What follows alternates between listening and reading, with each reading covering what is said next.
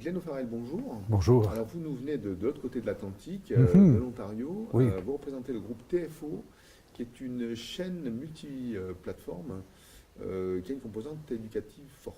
C'est tout ça? à fait, tout à fait. Alors vous allez un petit peu nous expliquer la composition de votre groupe, des activités et le pourquoi vous avez développé des services autour de l'éducation par la télévision. Merci de l'invitation de vous parler de tout ça. Oui, Groupe Média TFO est une chaîne, une entreprise éducative à vocation publique qui œuvre en français, en situation minoritaire, parce que nous sommes situés à Toronto où la langue majoritaire, bien entendu, est l'anglais. Oui.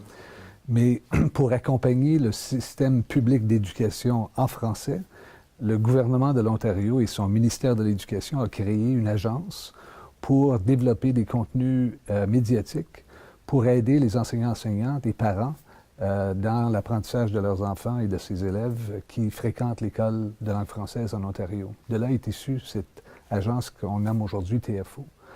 Au début, c'était une chaîne de télévision traditionnelle, mais il y a quelques années, on lui a fait faire un virage numérique pour vraiment s'approprier une mission beaucoup plus tournée sur les nouvelles façons de consommer des contenus audiovisuels et dont des contenus éducatifs. Donc, on est passé d'une chaîne de télévision à vraiment une entreprise multiplateforme. Nos activités sont concentrées à 3 niveaux. Nous faisons de la production audiovisuelle dans nos studios. Nous faisons de l'acquisition de contenus éducatifs audiovisuels aussi, de toutes sortes. Et nous faisons ensuite la distribution et la diffusion en Ontario, partout au Canada, et par le biais des plateformes numériques, bien entendu, à travers le monde. Oui. Vous faites des documentaires, des choses comme ça? Oui, oui. Mais notre cible, vraiment, c'est les 2 à 12 ans. Nous dépassons cette cible à certains niveaux, mais le cœur de l'activité est vraiment dans les 2 à 12 ans. Alors, ces enseignants, enseignantes, parents, étudiants peuvent nous capter sur la chaîne, mais aussi par les médias sociaux. Nous opérons, je pense, 24 chaînes YouTube maintenant. Nous avons au-delà de 550 millions de visionnements sur nos chaînes YouTube à travers le monde, bien entendu en Ontario, mais partout en francophonie aussi. Alors, modèle économique, si vous êtes financé par le ministère, ce que vous avez dit, Oui. et la consommation de vos contenus, elle est faite à la maison, en classe. Comment ça s'organise? Excellente question. Une préoccupation majeure dans ce virage dont je vous parlais vers le numérique, c'était justement de se poser la question où sont consommés les produits audiovisuels et éducatifs aujourd'hui et demain. Et bien entendu, c'est de moins en moins la télévision traditionnelle et de plus en plus les plateformes mobiles. Donc, nous sommes beaucoup axés dans notre activité à rejoindre nos publics sur des plateformes qui sont mobiles. Les enseignants utilisent les contenus en classe. D'ailleurs, nous avons beaucoup fait aussi un travail de structuration vers une entreprise axée sur la donnée. Et de plus en plus, on voit que les enseignants qui répondent à nos sondages et à nos manières d'aller chercher de l'information sur l'usage qui se fait de nos contenus répondent que, je pense qu'à concurrence de 85 les contenus sont utilisés en classe aussi. Alors, il y a beaucoup qui se fait à la maison, sur les portables, mais il y a beaucoup encore qui se fait en classe, de plus en plus par les enseignants, mais sur des plateformes mobiles. D'accord. Dans la continuité de la question, les formats de production, c'est format court, documentaire long, il y a un peu de tout. Tout à fait. On copie les modèles de la télévision avec des séries. Enfin, comment ça s'organise? À l'occasion, ce sont des séries, d'autres fois, ce sont des contenus tout à fait uniques, indépendants, mais de toute durée. Surtout pour les plus jeunes publics, les contenus sont de plus courte durée. Et puis, pour revenir au modèle de financement, bien entendu, la principale source de financement est le ministère de l'Éducation de l'Ontario, mais nous avons aussi accès à d'autres formules de financement qui nous proviennent de fonds de production. Donc, exemple, il y a un fonds de production au Canada qui s'appelle le Fonds des médias du Canada, où les producteurs peuvent se prévaloir du droit d'aller faire des demandes de fonds. Nous sommes un producteur, donc nous demandons des fonds. Comme le CNC chez nous? Exactement.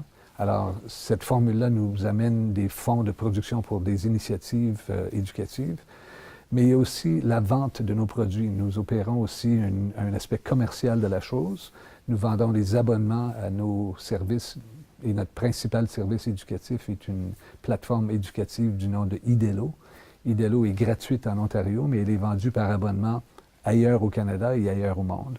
Alors, on essaie de développer de nouvelles sources de revenus pour venir suppléer et ajouter à la subvention de base, à ce revenu de base qui provient du ministère de l'Éducation. Vous parlez d'une quarantaine de chaînes YouTube, elles sont thématiques, les maths, le français, enfin oui, entre autres. D'interpréter, Oui, et puis ça passe beaucoup par les genres, mais aussi les matières.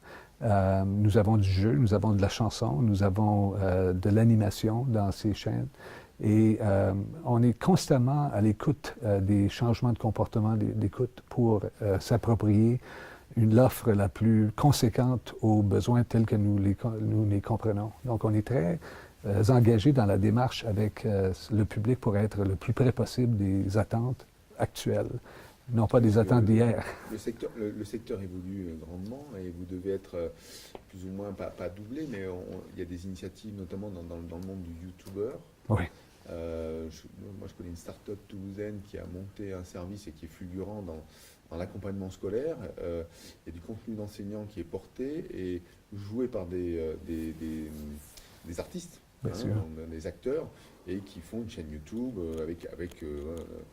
dans l'intérêt des jeunes, hein, le modèle YouTuber un peu plus ludique ou sympathique que ça peut avoir.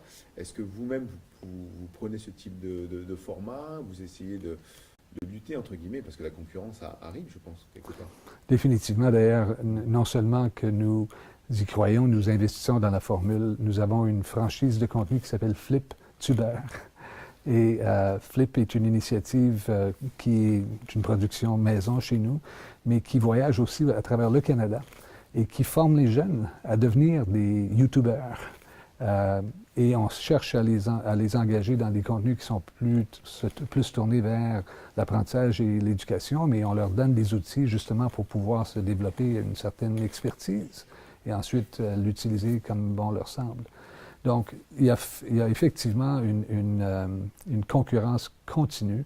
D'ailleurs, en toute réalité, je pense qu'une entreprise comme la nôtre doit faire face à tous les matins à la réalité que la concurrence, elle est épique, elle est gigantesque, elle provient de partout.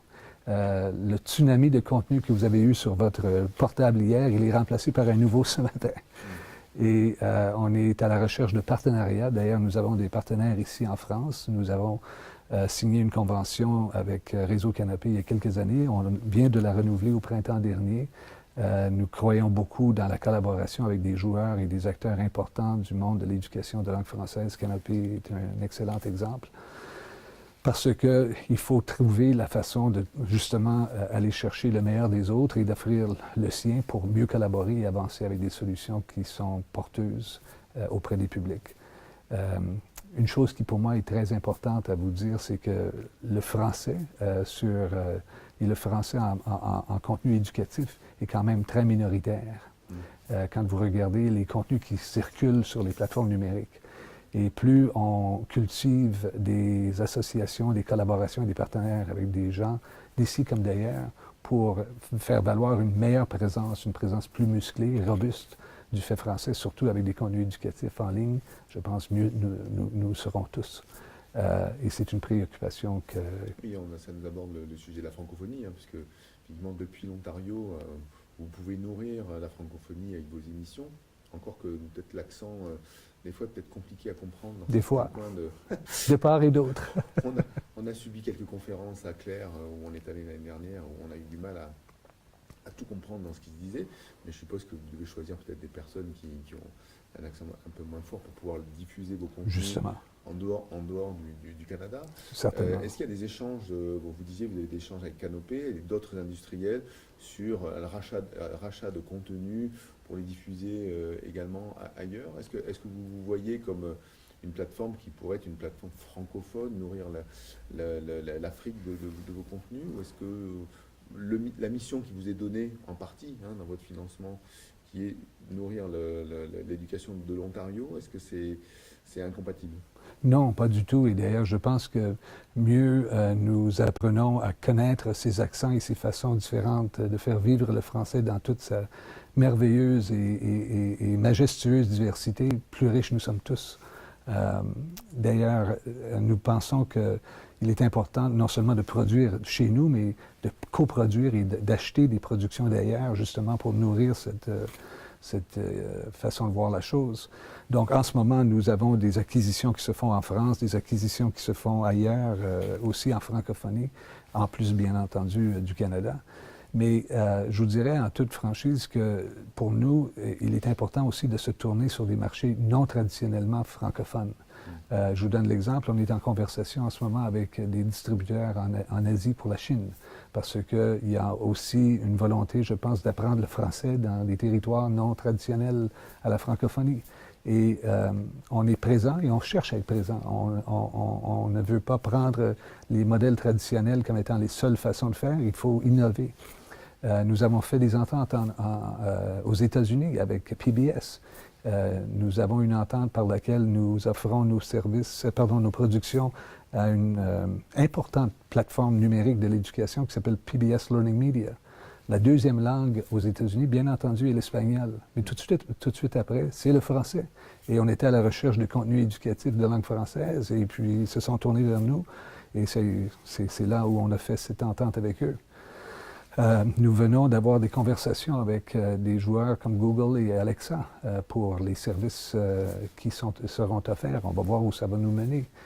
Donc, pour nous, c'est non seulement les territoires traditionnels de la francophonie, mais c'est de rejoindre les publics à la recherche de contenu éducatif de langue française partout où ils sont. En tant que langue étrangère. Tout à fait. D'accord.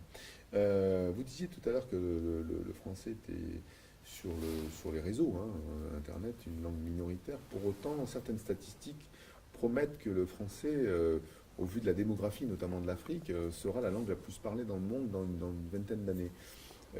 Pourquoi on est minoritaire sur les réseaux alors que potentiellement on pourrait être majoritaire? C'est une excellente question et puis c'est une question à laquelle j'ai certains éléments de réponse, mais je ne vous dirai pas que j'ai nécessairement toute la réponse non plus. Le nombre de locuteurs du français au monde aujourd'hui ou dans 20 ans est une force vive. Elle est appelée à être plus importante, comme vous dites, au cours des prochaines années. Mais en ce moment, le nombre de contenus qui circulent en français, toutes catégories confondues, mais surtout en éducation, elle est minoritaire, cette présence. Pourquoi, vous demandez? Bien, regardons au niveau des investissements dans le secteur de la EdTech, l'éducation technologique. Depuis 2015, on rapporte qu'il y a eu 7 milliards d'euros qui ont été investis au monde dans le secteur de l'éducation technologique. Donc, 90 % ont été investis aux États-Unis et en Chine. Vous imaginez qu'ils n'ont pas été faits en français, ces investissements, ou pour des contenus de langue française. Si on se rapporte maintenant en Europe, je pense qu'il y a 3000 entreprises européennes qui sont identifiées comme étant du secteur de la EdTech, dont 300 en France. Je pense qu'il y a de la place pour beaucoup plus de joueurs de prendre une participation active dans ce secteur. C'est ce que nous encourageons au Canada aussi. Nous voyons d'ailleurs un secteur commercial fort intéressant pour les entreprises, parce qu'on voit qu'il y a beaucoup de demandes. Je vous ai parlé tout à l'heure que nous avons un certain nombre de plateformes numériques qui sont disponibles, et puis il y a plusieurs centaines de millions de contenus qui ont été visionnés. Mais ça démontre la demande pour la chose dans les territoires traditionnels et ailleurs aussi, dont la Chine, comme je vous mentionnais. Bien. Écoutez, merci beaucoup pour cet éclairage. Une dernière petite question, vous considérez comme une entreprise média ou une entreprise EdTech? Très bonne question. Je vous dirais une entreprise qui cherche à se redéfinir au quotidien dans la façon qu'évoluent les habitudes d'écoute des consommateurs. Bien, merci beaucoup. Merci beaucoup à vous.